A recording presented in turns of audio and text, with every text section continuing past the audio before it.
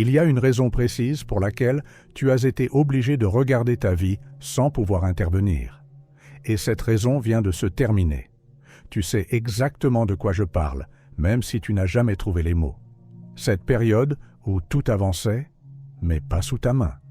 Où tu faisais ce qu'il faut, où tu cherchais à comprendre, à t'améliorer, à te réajuster. Et pourtant, la réalité restait froide, comme si elle ne confirmait rien.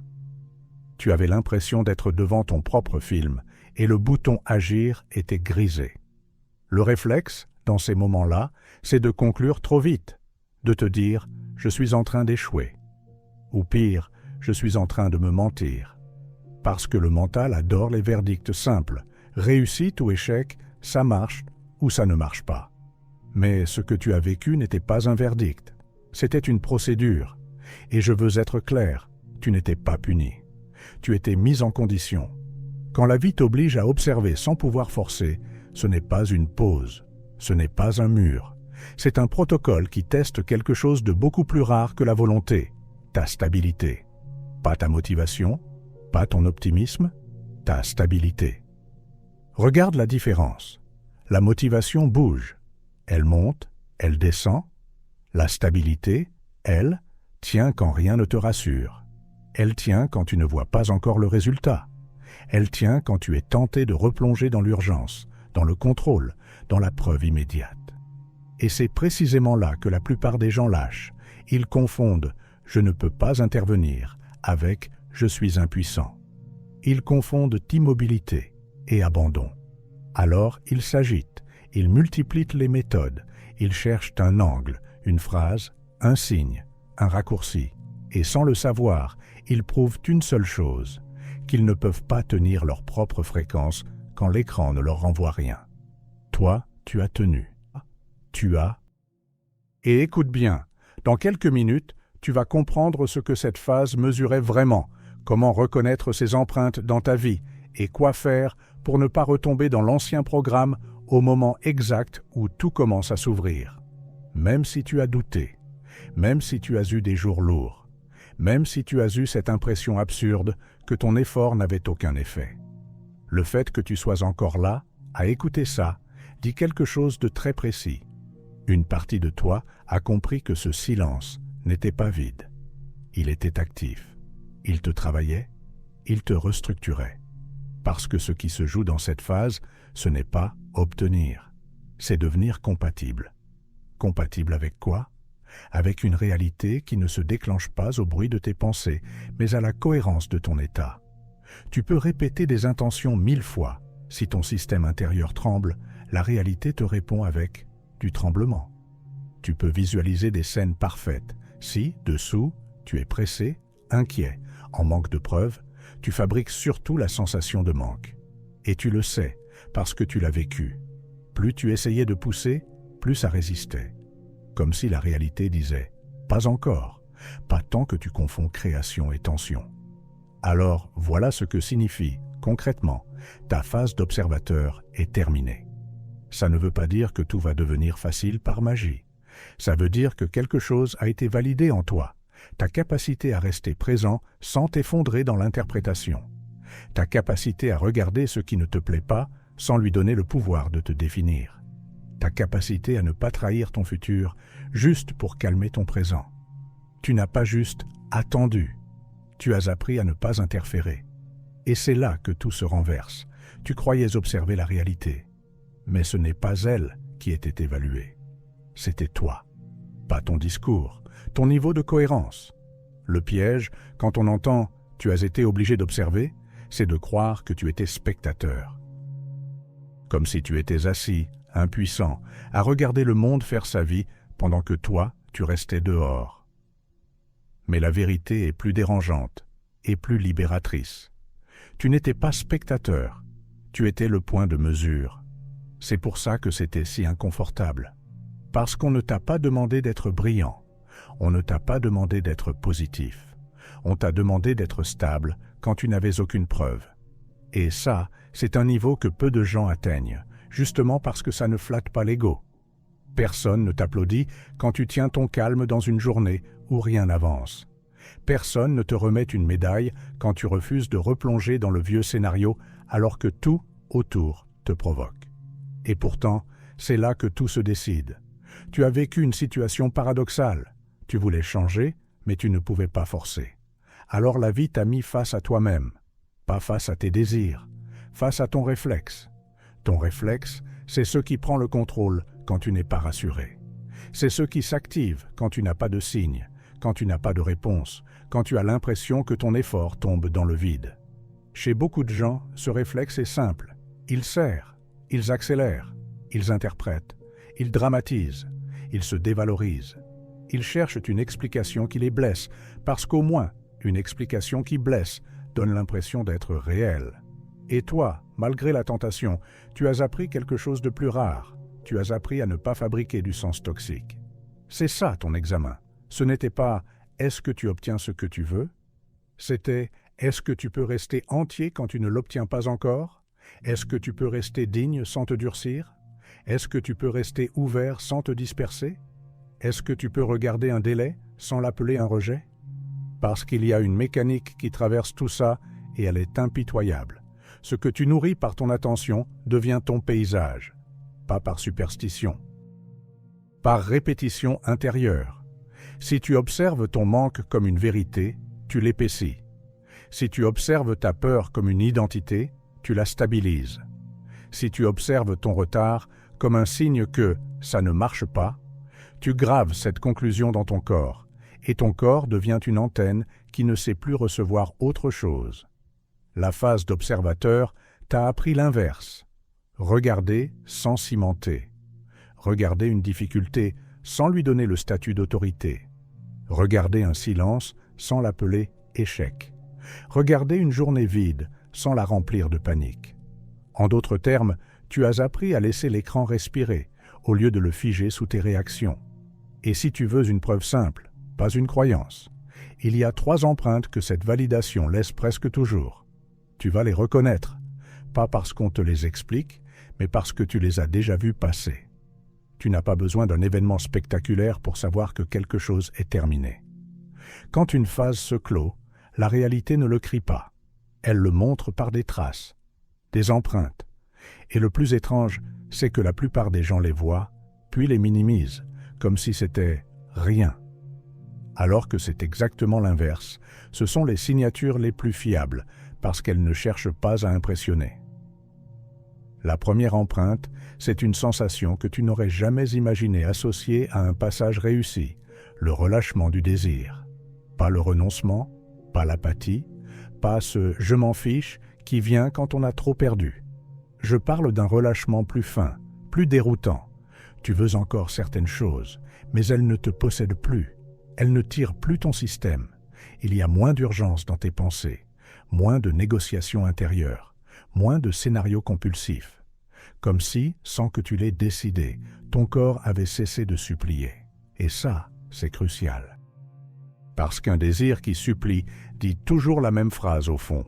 « Je ne l'ai pas ». Et cette phrase, répétée, devient une position. Pas une idée, une position. La phase d'observateur t'a sorti de cette position. Elle t'a forcé à tenir sans la récompense immédiate. Résultat, tu as construit une autre base. Tu as prouvé que tu pouvais rester vivant, digne, stable, même quand la réalité ne te donnait pas encore ce que tu attendais. Alors, le désir change de texture. Il ne crie plus, il n'exige plus. Il devient plus silencieux, plus propre. Et ce silence-là n'est pas un manque, c'est un signe de puissance. Parce que quand tu n'es plus en train de mendier une réalité, tu deviens capable de l'habiter. La deuxième empreinte est plus discrète, presque amusante, les synchronicités neutres. Pas les grandes coïncidences romanesques qui te font pleurer, pas les signes dramatiques qui deviennent un film. Non, des petites répétitions, des détails qui te font juste ralentir une seconde. Une heure miroir, un motif qui revient, une phrase entendue 2 fois dans la même journée, un symbole qui réapparaît comme s'il faisait le tour et revenait te toucher l'épaule. Et le point important, c'est la neutralité. Tu remarques, tu t'arrêtes 1 seconde et tu ne t'y accroches pas. Tu enregistres, calmement. Et c'est précisément pour ça que c'est une empreinte, parce que ces petits pings apparaissent souvent quand le système vérifie une connexion stable. Quand ton attention était encore affamée, tu cherchais des preuves. Et chercher des preuves, c'est encore dire « je ne suis pas sûr ». Maintenant, tu remarques sans te crisper. Tu ne forces pas la signification. Tu ne te punis pas si tu ne vois rien. Tu es là, présent, clair. Et ce calme est un langage. La troisième empreinte, c'est la plus libératrice et la plus incomprise. L'effondrement du poids des anciens problèmes. Tu sais, ce dossier mental qui prenait toute la place. Cette situation qui te faisait tourner en boucle. Ce lien, ce manque, ce retard, cette peur, pas forcément résolue à l'extérieur, mais résolue à l'intérieur. Un matin, tu y penses et tu sens que le crochet n'accroche plus.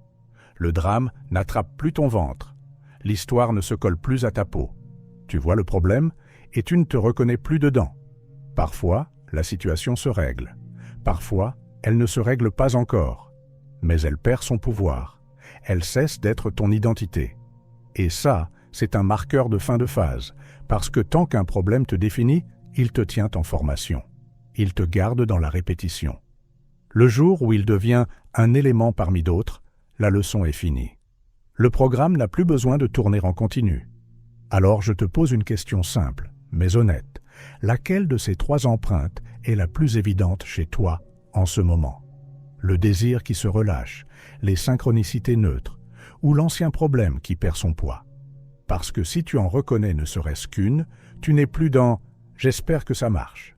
Tu es déjà dans « ça s'est déplacé ». Mais c'est ici que beaucoup se trompent. Ils prennent ces empreintes comme une permission de forcer. Alors que la validation ne donne pas le droit de pousser. Elle donne une responsabilité. Choisir et ne plus financer l'ancien. La plupart des gens pensent que la fin de la phase d'observateur signifie « enfin, la vie va me donner un signe clair ». Et souvent, ils se trompent de direction. Ils deviennent plus impatients au lieu de devenir plus précis. Ils confondent passage validé et autorisation de forcer. Or, la validation ne donne pas le droit de pousser. Elle donne la responsabilité de choisir.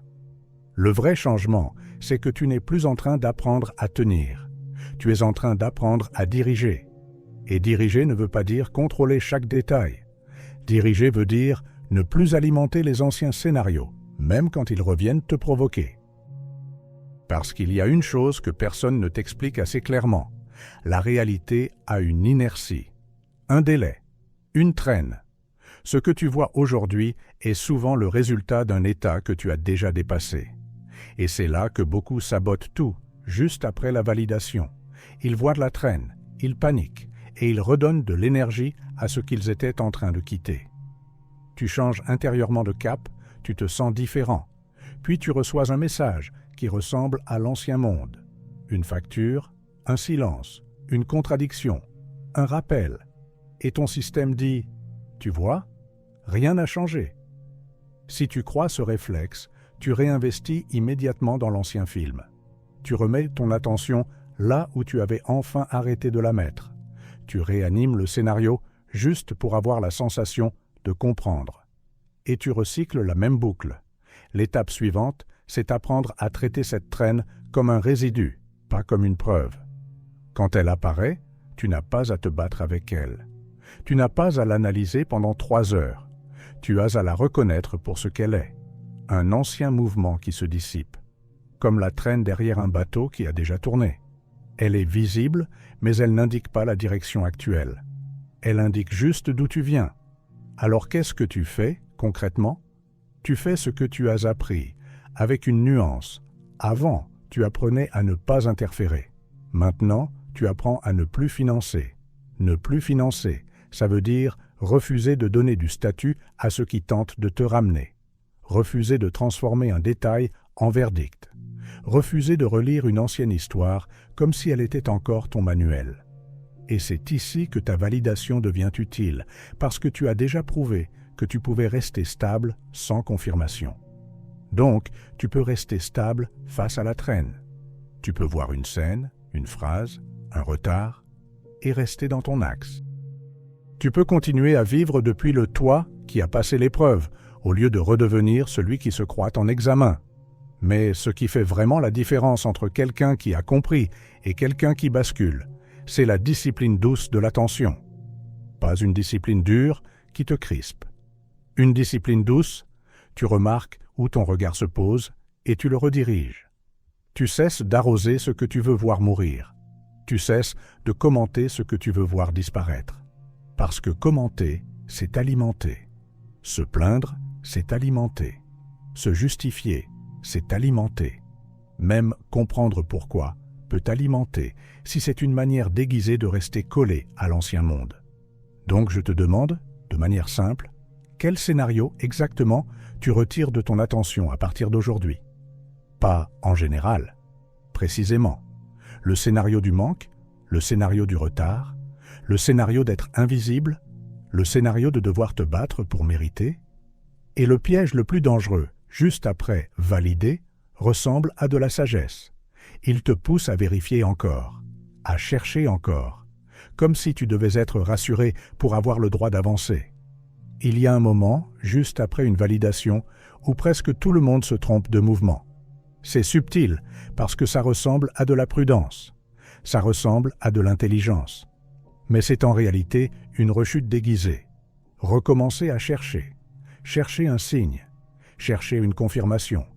Chercher un oui encore plus clair. Comme si la réalité devait te rassurer en continu pour que tu aies le droit d'avancer. Et je comprends. Quand tu as passé des mois à être tenu en observation, ton système a appris une habitude. Vérifier. Vérifier si ça bouge. Vérifier si ça marche. Vérifier si tu n'es pas en train de te tromper.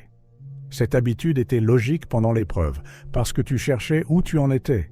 Mais après, valider, vérifier devient un poison, parce que tu remets ton pouvoir dehors. Voilà la formule du piège. Je vais y croire quand je le verrai. Sauf que ce que tu viens de traverser t'a justement appris l'inverse. Tu as tenu sans voir. Tu as appris à ne pas te vendre au résultat immédiat. Et maintenant, si tu reviens à « je crois quand je vois », tu annules le muscle que tu viens de forger. Tu redeviens dépendant, tu redeviens réactif. Tu remets ton attention dans l'ancien contrat. La réalité parle d'abord, puis je m'aligne. Alors que ta progression t'a conduit à l'autre. Je m'aligne, et la réalité suit.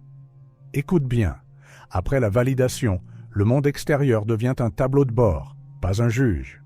Un tableau de bord, ça veut dire, tu vois ce qui apparaît, mais tu ne le laisses pas décider de qui tu es.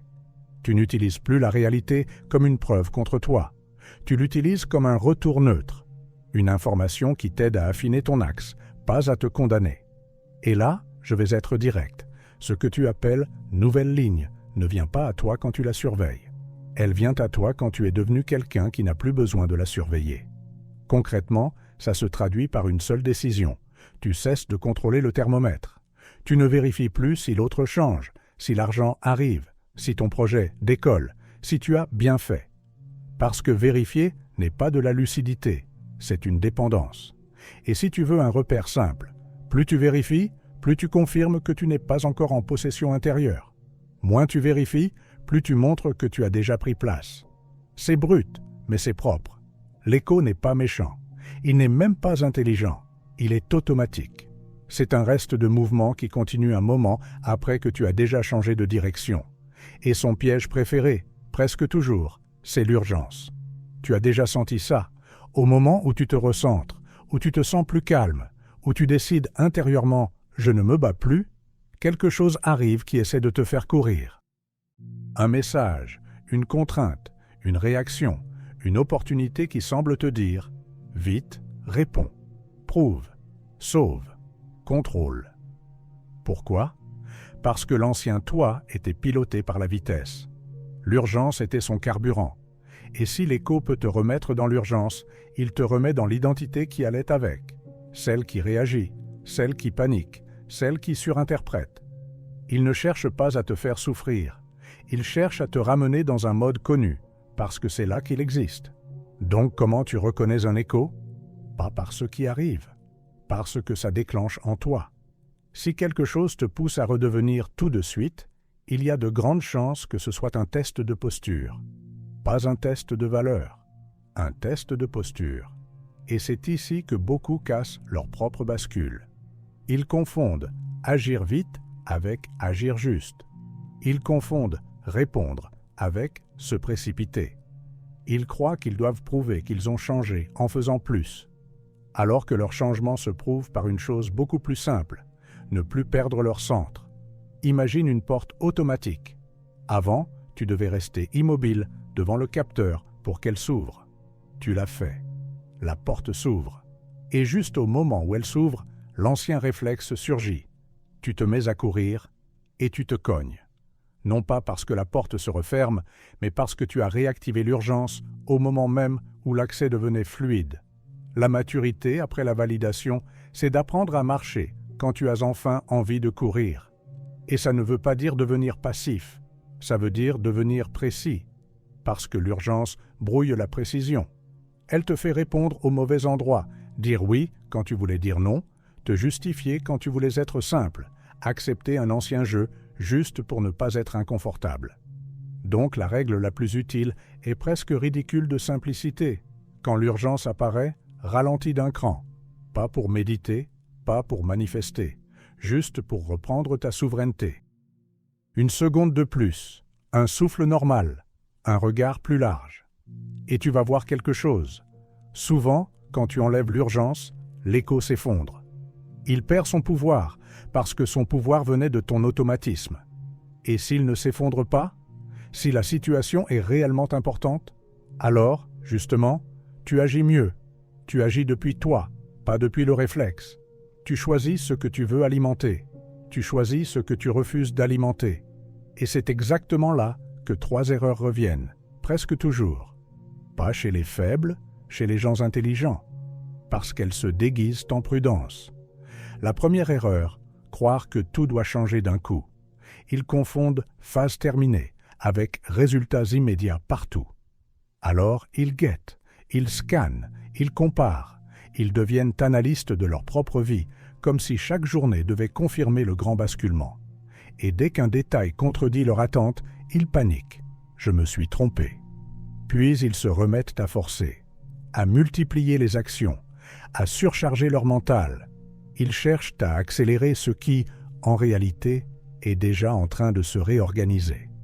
La deuxième erreur, confondre discipline et tension. Après la validation, certains se disent « Ok, je dois être irréprochable ». Ils deviennent durs avec eux-mêmes. Ils surveillent chaque pensée. Ils se punissent d'avoir un doute. Ils se crispent sur une image intérieure parfaite, comme si une microfaille allait tout casser. Ils passent de l'impuissance à la rigidité. Et la rigidité, c'est une prison plus propre, mais c'est une prison quand même. La stabilité dont on parle ici n'est pas une performance, c'est une cohérence vivante. Elle inclut tes jours fatigués, tes moments de flou, tes émotions. Ce qui compte, ce n'est pas de ne jamais tomber. Ce qui compte, c'est de ne plus faire de tes chutes un contrat. La troisième erreur, redevenir dépendant des signes. Les signes apparaissent souvent plus après une validation, et c'est justement ce qui piège.